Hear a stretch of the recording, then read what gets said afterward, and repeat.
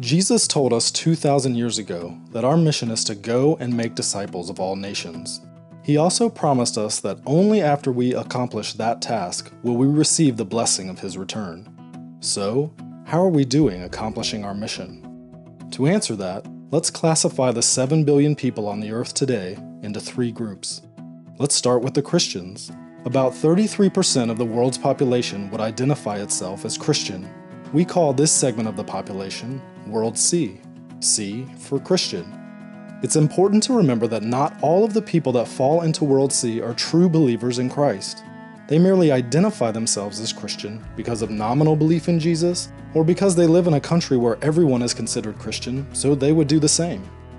Next, there's the 38% of the world that has access to the gospel but has chosen not to follow Jesus. They have Bibles in their language, churches nearby, friends or co-workers who are potentially Christians, or access to other Christian resources in their language. These people have access to the good news, but just haven't acted on it yet.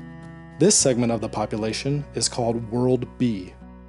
That leaves us with 29% of the world, just over 1 out of every 4 people on this planet who not only have never heard of Jesus, they have no chance of hearing the good news of Jesus Christ.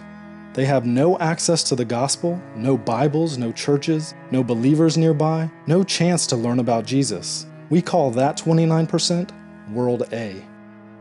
Now onto missionaries.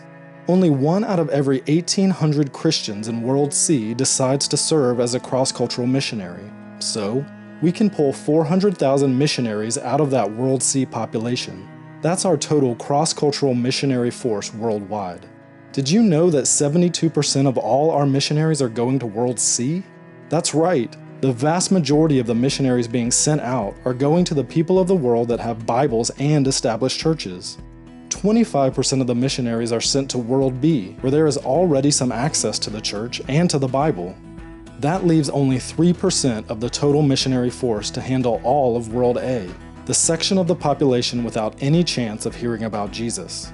29% of the world has no way to hear the gospel, but we're sending only a tiny portion of our Christian workers to them. What about finances? Annually, all those Christians in World C earn a total of $42 trillion. And, together, they give about $700 billion to Christian causes each year. That includes everything: Christian nonprofits, churches, youth programs, missions, etc.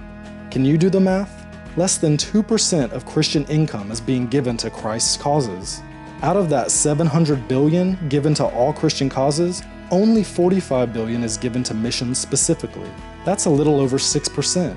In fact, there is more money reported embezzled from the church each year than is given to missions. Remember those 400,000 missionaries? We have $45 billion to support them and their cross-cultural work, but how exactly is it allocated? Well, $39 billion goes to World C every year. Yep, 87% of that missions money is being spent in areas of the world that have Bibles and churches available.